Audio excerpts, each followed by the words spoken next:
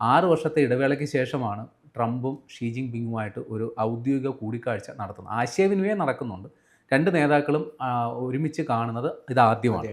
6 വർഷത്തിന് ശേഷം. അപ്പോൾ അവിടെ അമേരിക്കയ്ക്കും ചൈനയ്ക്കും പൊതുവിൽ ചർച്ച ചെയ്യാൻ ഒരുപാട് കാര്യങ്ങളുണ്ട്. ഏറ്റവും പ്രധാനം 2 രാജ്യങ്ങളും തമ്മിൽ പരസ്പരം വ്യാപാര യുദ്ധം പ്രഖ്യാപിച്ചു. 100% വരെ നികുതിയാണ് ഏറ്റവും ഒടുവിൽ ട്രംപ് പ്രഖ്യാപിച്ചത്. അതിന് കാരണം പറയുന്നത് ചൈനയുടെ റെയർ എർത്ത് മിനറൽസ് അതിൻ്റെ കുത്തക അവകാശം ചൈന കൈവശം വെക്കുന്നു. അത് അമേരിക്കയ്ക്ക് കിട്ടരുത് എന്ന തരത്തിലൊരു നില. ഇപ്പോൾ ഇന്ത്യയിലേക്ക് അത് കൈമാറുമ്പോൾ പോലും ചൈന ഗ്യാരണ്ടി ചോദിക്കുന്നുണ്ട്. അത് ഒരു കാരണവശാലും അമേരിക്കയുടെ കയ്യിൽ എത്താൻ പാടില്ല.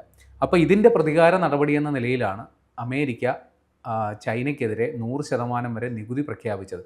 അപ്പോൾ ആ ഒരു നിർണായക ചർച്ച, വ്യാപാര യുദ്ധം സംബന്ധിച്ചുള്ള കാര്യങ്ങൾ കോംപ്രമൈസ് ചെയ്യാനായിട്ടുള്ള നിർണായക ചർച്ച നടക്കുന്ന അതേ വേദിയിൽ ഈ ടിക്ടോക്ക് കൂടി എടുത്തിടുന്നതിൻ്റെ പിന്നിൽ ഒരു രഹസ്യ അജണ്ട കൂടിയുണ്ട്.